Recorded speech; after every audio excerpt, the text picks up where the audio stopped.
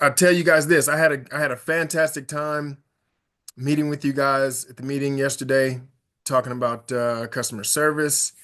And so I thought it was a really impactful and inspiring conversation and dialogue between everyone to kind of, brainstorm and come up with some ideas. And so I kind of revised my training for today a little bit to kind of talk about that, So if we are all here, I will share my screen and we'll get started. We'll jump right in. I hope you guys are all doing well today. Are you? Thumbs up? Thumbs up. Good. Okay, good. All right, let me share my screen.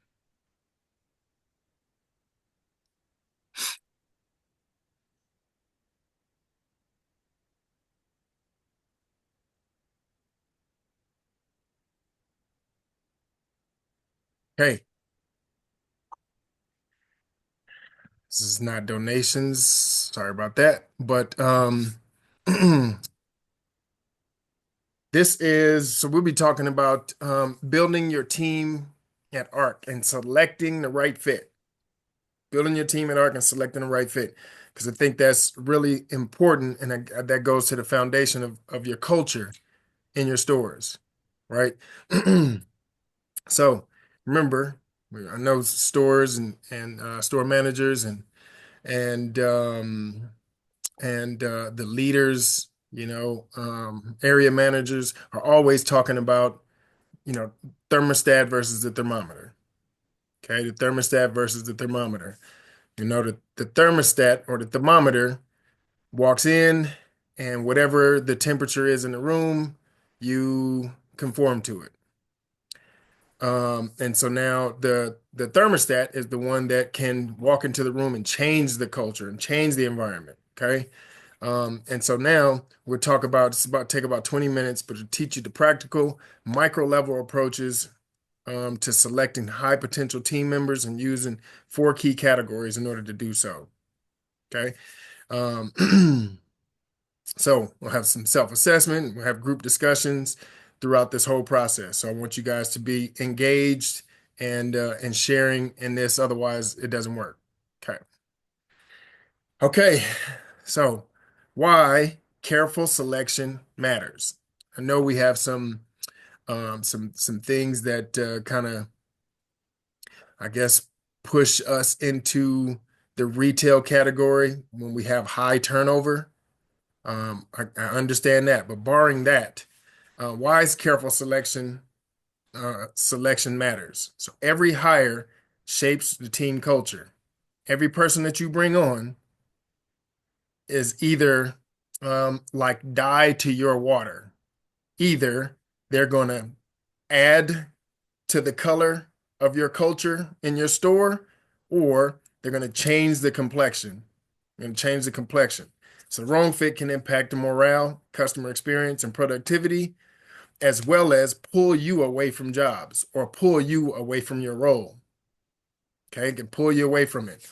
And the right hire can elevate the entire store. The right person can be like the thermostat in your team. Okay, so I want you to think about this. I want you guys to all think about this, and each one of you, I want you guys to answer. The best team member that you have and give four qualities that make them the ideal team member.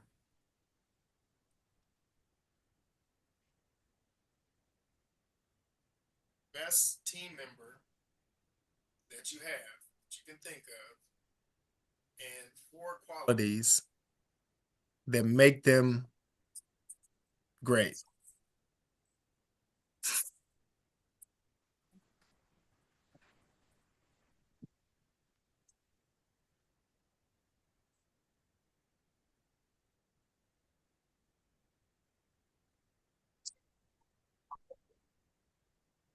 Hospitality, flexibility, drive size, sense of urgency, commitment. Got it.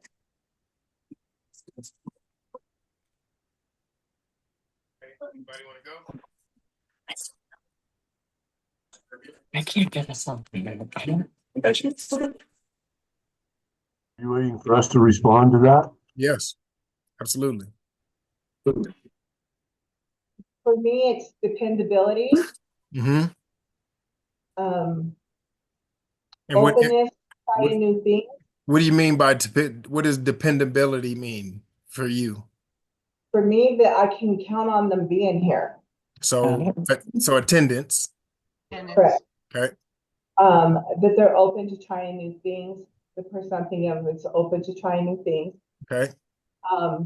Is willing to help out wherever I ask her to. Okay. Flexibility. Yes. And of course, Glenn, stays positive, even when everything around you isn't positive. Okay. It's a positive mindset. Okay. Cool. Somebody else. Someone Fine. else. Always happy to do what is needed of them, hardworking, dependable, here and on time, and then gets along well with others. Okay. I have good attendance, self-motivated, job experience and urgency in getting job duties done. Okay. I've got positive attitude, flexibility, drive slash sense of urgency, and commitment. Okay. Commitment to what? The job and the company. Job in the company. Okay. I have flexible, happy, positive attitude, dependability, and a team player. Happy, flexible, dependability, and team player. Person I'm thinking of basically comes to me with solutions instead of problems. Um, Obviously, they also are engaged in a lot of different things.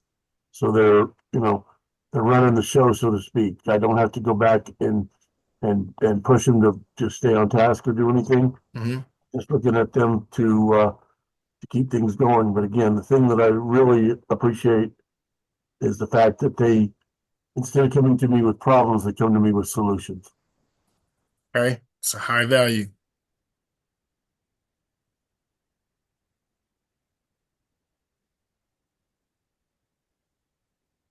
Sorry, what was that? Okay, that's a high value of yours. All right. And now is that everyone to share? Let me see. I can't see because of I'm sharing my screen. I believe so. Okay. Okay. I like those. I like those. Because there's almost a common theme, dependability, just attendance for you guys. Um, and then flexibility and their ability to learn. Those are all common themes for you guys, so that's good. Okay, here's some like four categories that I thought of myself. So you can write down yours and make sure that you have them, and that way we can kind of move along with yours as well. Okay, if I was like trying to build a team, if I was trying to build a team, and I know sifting through the masses because we have a lot of turnover here at ARC, in the retail thrift, but while sifting through that, the individuals, one of the qualities that I want to look for, okay, cool, job skills. What are they coming in with? Okay, what are they coming in with? Do they have any job skills that can relate to what I what I want them to do when they get to the job, when they get on the job? Okay, can they do the job right now, or do I have to train them? Okay. What relevant experiences do they bring? Is customer service, donation, handling, any type of merchandise? Can they work the cash register, anything like that? And how well do they understand thrift store operations? Because when I'm interviewing or when I'm asking these questions, when I'm looking for an individual, this lets me know how much time I'm going to have to take away from my current duties. So, am I bringing in a lighter workload for myself, or am I going to add to my workload? Okay, this is going to help me build my culture. Okay, period. All right. So what are the top three skills that you look for when you're hiring in your store? What are the top three skills?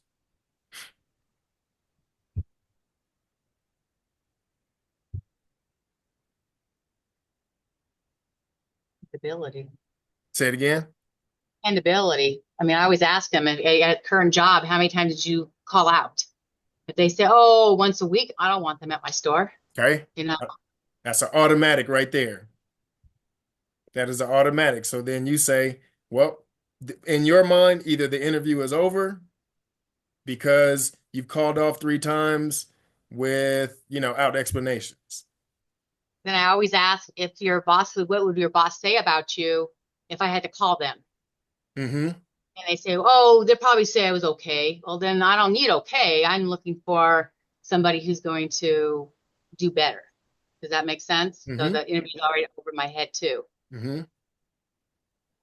I look at work history. I look to see how long they have stayed at a job. Is it somebody that's changing jobs every 3 to 6 months? Is there a pattern of constantly looking for something else? Right. Essentially, a toad, right? They jump from lily pad to lily pad, right? Yeah, yeah. Trying to find the next best thing. Mm-hmm. And so I that's a have, red flag. Go ahead. I ask them why they left their last job because a lot of times they'll be like, "Oh, I couldn't get along with my boss." Okay. Yep, that's a red flag for sure. I, I I, ask them if if they get along well with others, because that's also a red flag. And that is a skill. And that is a skill. Okay. Being on time, attendance is action. That is a skill as well. And being able to work well with others, that is a skill. I try I to always I always ask them if they have reliable transportation because I've had that issue with a lot of people that can't seem to get here. Mm-hmm. I ask probing questions because the bottom line is I need them to start talking so they can show me who they are and what they are. Because a lot of times an interview, they practice those questions. They know what the answers are. They know how to basically rubber stamp the interview. If I go deep into the questions, if I ask them to give me deeper information, sometimes I'm going to find those traits and trends that may steer me away from them. Mm-hmm. Yep. You have to continuously ask questions and dig deeper. You have to. If you hear something, I know you have a list of interview questions that you go over, but if you hear something, stop right there and address it. Stop right there and ask more questions about it. I'm seeing here on your resume that, like you said, that you were working here for about 3 months, and then I see that you have a long history here for, a year and a half. And then I see that you have 2 more jobs where you were on there for, 4 months or so. Talk to me about that. Talk to me about that. So you want to do a little more investigating because you want to find the skills that they have to be able to integrate into your teams well. Okay. Other one that I have is personality and culture fit. Okay. So personality and culture fit. Each and every one of you have established your own personalities and culture in your stores.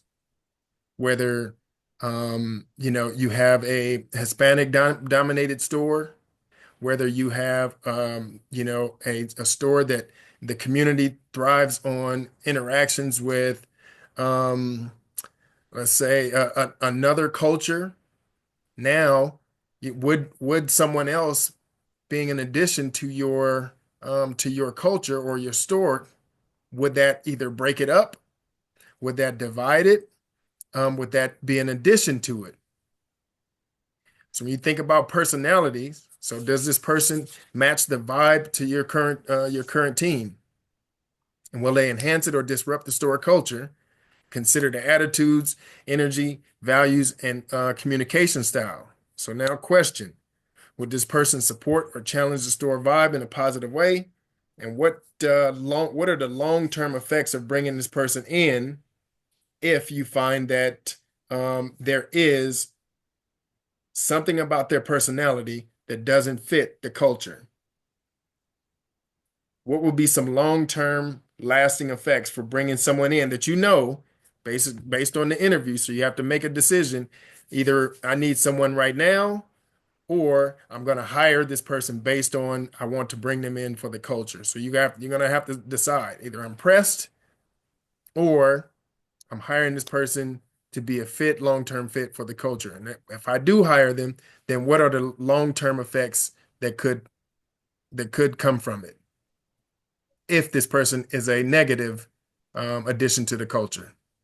Well, it's going to kill the morale in your store and productivity because you've got one individual that has a bad attitude. They don't know, they don't want to work. I mean, I am a firm believer you can't hire out of desperation. You've got to find that right person. That's got to be the right fit because that one person will impact your entire team. Absolutely. Absolutely. And sometimes and this happens. Sometimes this happens. When we were having our discussion yesterday, um, I could tell that there was a sense of, well, I don't have the right person to do that. I don't have the right people to do these things. And so now it's falling back on me. And do I want to and do I want to assume that responsibility? That goes directly into bringing in the right fit for the culture and what your expectations are. If I'm hiring or if I'm evaluating individuals, because they still have a 90-day period, right? Evaluation period. And if I'm hiring and evaluating and I see that the vibe, their personality doesn't match the vibe of the culture that I'm trying to bring in, then I have to either take action where I need to start having conversations with this individual, whether it's I need to start training or I need to um, possibly have a conversation that sets more guidelines. Okay. And so if that's the case, then I need to make sure that I do that immediately. I have to make sure I do that immediately. I can't wait. I cannot wait. If I know, like we were sitting down yesterday, if I know in my heart that I can't ask individuals to provide quality customer service, now I have to find out why. And then I have to find out, is this person a good fit? And I may have to suffer in order to make some decisions that go along with building my culture. Because my culture allows me to be able to freely be able to handle situations that arise in my store, whether they're customer service related, whether we're staffing, whether there's, it's training. If I don't build my culture if I don't build my culture the right way, then I am going to be tied to individuals that negatively impact my culture and my team. And we have to do that earlier, not later. You want to catch those things during the evaluation period as opposed to trying to, handle those things after the 90-day process because it can be a headache. Kevin. Yes. So when you get transferred from store to store, like we Mhm. do sometimes, and we inherit these people and we're trying to coach them and work with them and the whole entire bit and work the process through, it's a little more difficult than bringing on somebody in within that 90 days to be able to do it. I Mhm. think that's one of the reasons we have right now is we have all these people. It's not the 90-day people we have a problem with. It's the ones that are long term that are causing the negativity or Mhm. in the store at this point in time. Those are the ones I want to know. I mean, yes, we can hold them accountable, and yes, we write them up, and yes, we write them up, but they'll do good for a week or two, and then they go back to where they're going. Or if you walk out the store that day, they're going to do whatever they want.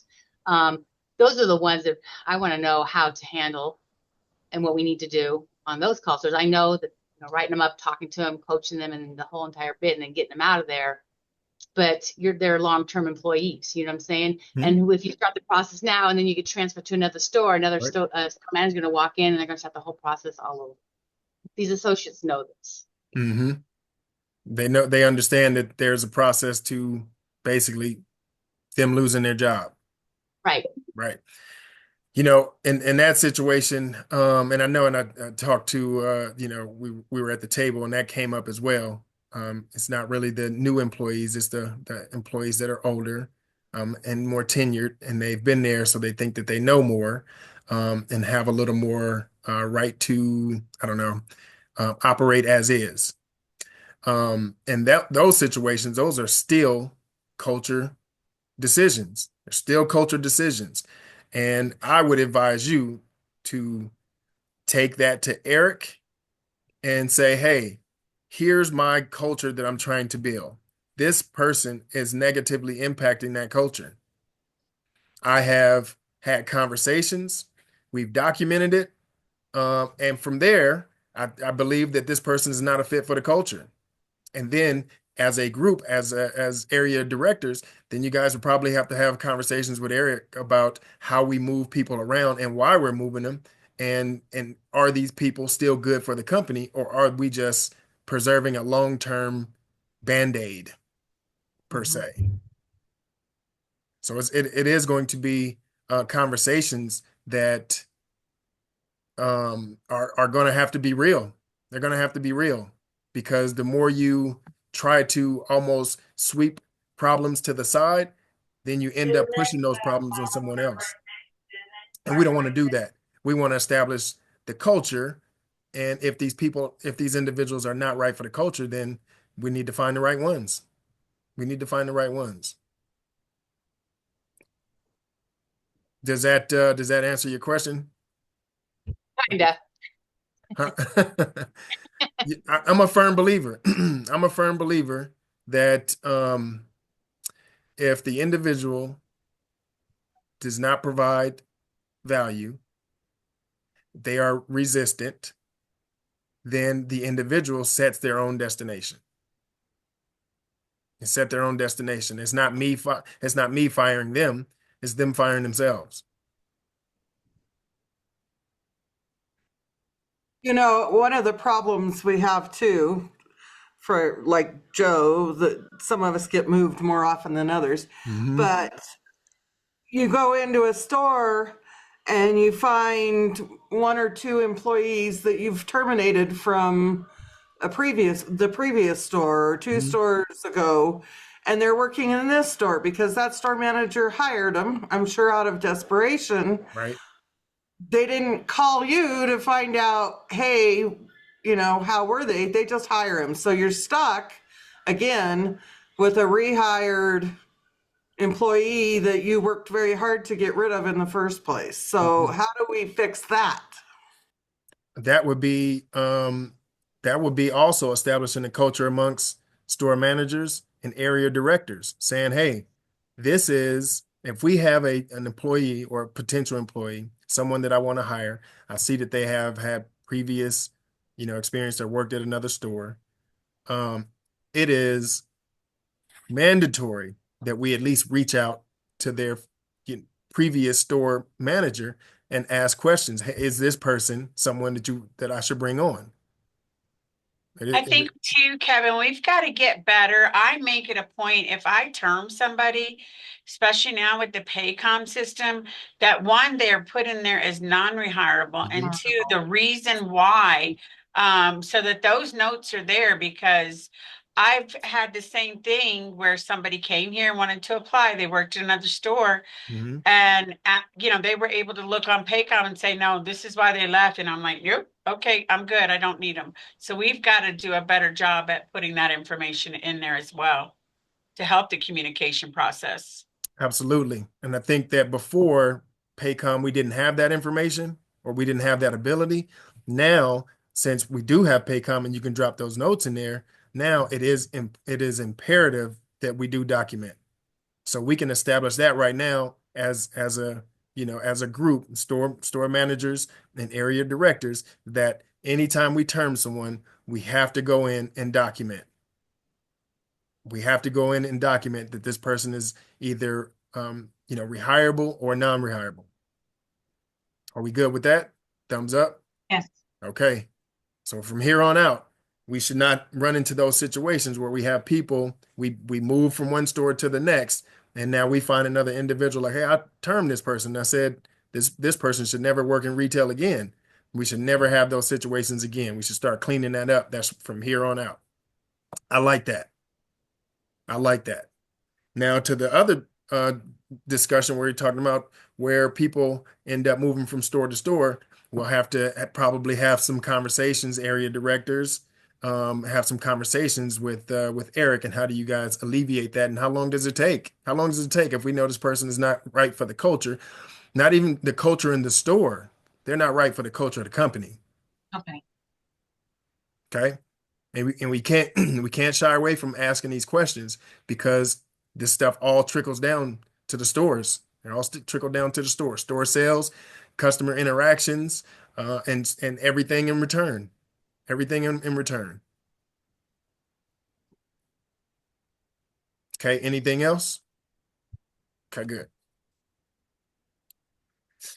All right. Talked about that. Teachability index. Like that. Teachability index. Is this person willing to learn? Is this person willing to learn? And how well did they take feedback? You know, how well do they take feedback, and are they curious? Are they curious about learning? And so, you got to ask some of these qualifying questions in an interview process or during the 90-day period. You want to ask some of those questions, even if it's a long-term person, a person that has moved from one store to the next. Tell me about an interaction last time at a previous store where you were asked to move to a different department, and how did you do in that other department? If you're here, I want to understand how you got here. So I'm going to ask some of these questions.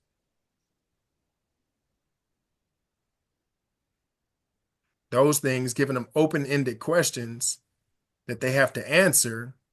And from there, you'll have to either read the individual to see if they're giving an honest answer, and then ask more qualifying questions. But you have to start opening up the lines of the communication and dialogue so that you can dig a little bit deeper. Dig a little bit deeper. That's our job. That's your job. Your job is to dig deeper and ask questions, because you can get to the root cause sooner and avoid a headache. If we don't, and we just say, oh, well, I'm really busy, I can't get to it right now. No. These things are the utmost importance for you, because it it goes into how much time you will have. If you think of it from this standpoint, I can address this, I can get to this early, or it's going to fester into something a lot later. And I know you guys shift around a lot. I know you guys move around a lot. But when you get there, maybe have some time where you are doing your assessment period, where you are assessing the climate, the culture and climate in the store, and you can have sit downs and do one-on-ones. You guys do one-on-ones when you initially move to new stores? No? I'm sorry, say that one more time, Kevin. You guys do one-on-ones when you initially go into a new store? I know with my pricers, I always make it a point, because yes, I was here at Green Mountain before, but I'm coming back. Mhm. Some of the people aren't the same. So my conversations with my prices are, what is successful for you in this department you're at? What are your opportunities? Where do you feel that we're falling short to support you? Just trying to get a feel with what their attitude is, how they're feeling about the position, and are they the right fit? Mm-hmm. Absolutely. Absolutely. I know when I was working for Nestle, I was working for Nestle, and when we moved, and when we moved to a new department, so I was working in sanitation, then I moved to production, and then moved to operations. It was a standard for us to sit down and have a one-on-one with everyone that you were going to be leading, and have a one-on-one conversation with them. So that way, one, you can establish relationships. Two, you can start to see if this person is right. See if this person is right. If you and then there you from that point on, you can make an actual assessment as to job performance, personality, how well does this person fit, and then what do they need? And then what do they need? Do I see growth potential in them, or is this individual stagnant and does not have any growth left in them because of mindset? Is this a mindset issue? What do I need to do to help them get out of this or advance? I'm always looking for leaders. I never want to have people come in and just be a worker. I want to have them, looking to advance and grow. I want them to take my position. I would like for them to be store manager one day at either my store or the next store. So one-on-ones, if you guys aren't doing one-on-ones, sitting down with each individual in your store, finding some time to have a actual discussion with them about what they know, getting to know them, what are their aspirations, how can you help, and establishing the role of a leader. Then when you come in and you don't, and you're just standing there and you're just observing and just watching things happen, and then after about 2 months or so, now you get right to work doing some of the same things that you've done before. You have to come in. We have to start sitting down and having some one-on-ones with individuals so that you can find out who they are, what they bring to the team, and how you can help them grow. And if not, how can you help them go? How can you help them go?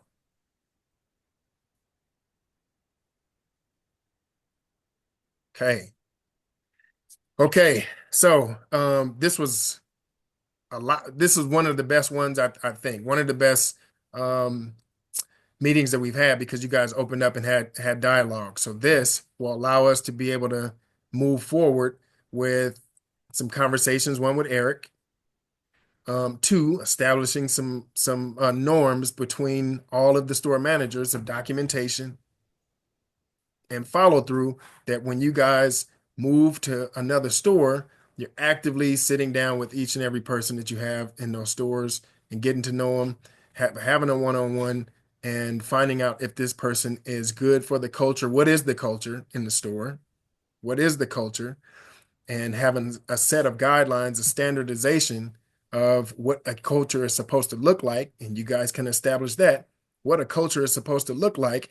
And so when I move from store to store, what's the baseline foundation that I want the culture to be, period? Period. I know you may have different demographics and things like that, but what is the baseline goals of the culture that we want to have from store managers across the board?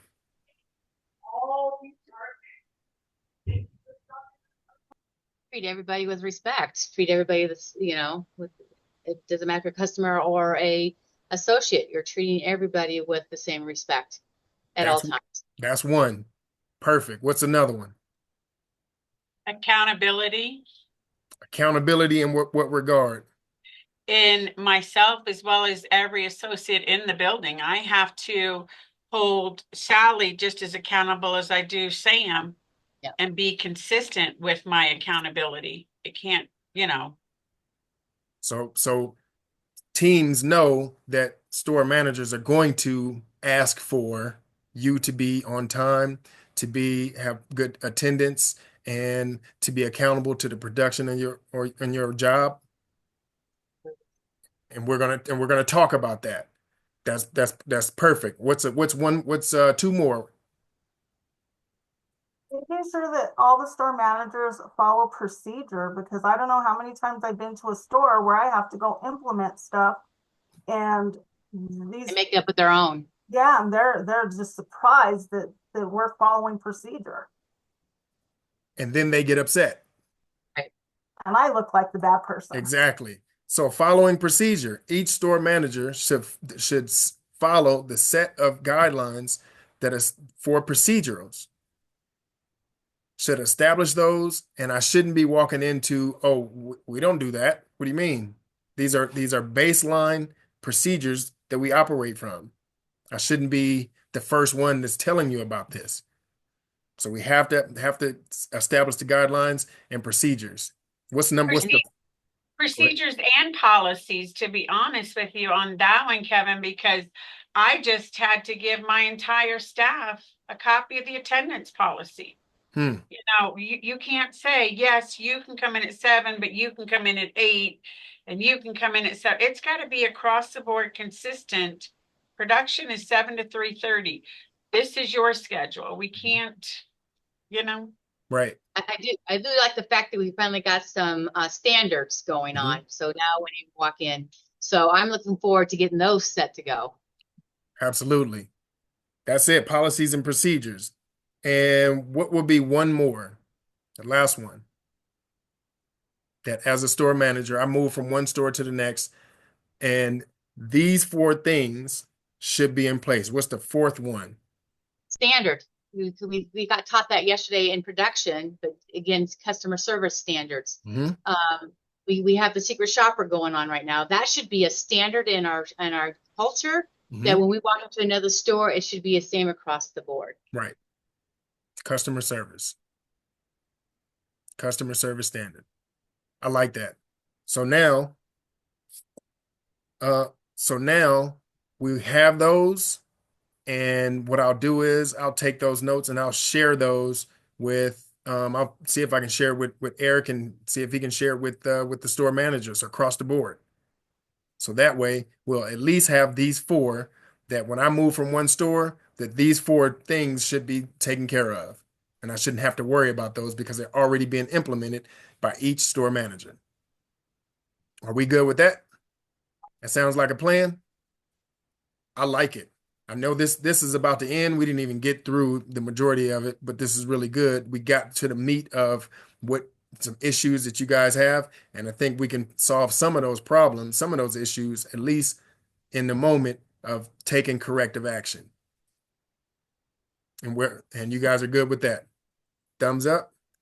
Well, hey, thank you guys very much. I appreciate you. I appreciate you guys engaging because this is going to help out a lot. I think I got a lot from from sitting in with you guys on that customer service meeting and the round table that you guys had yesterday. I think that was really impactful.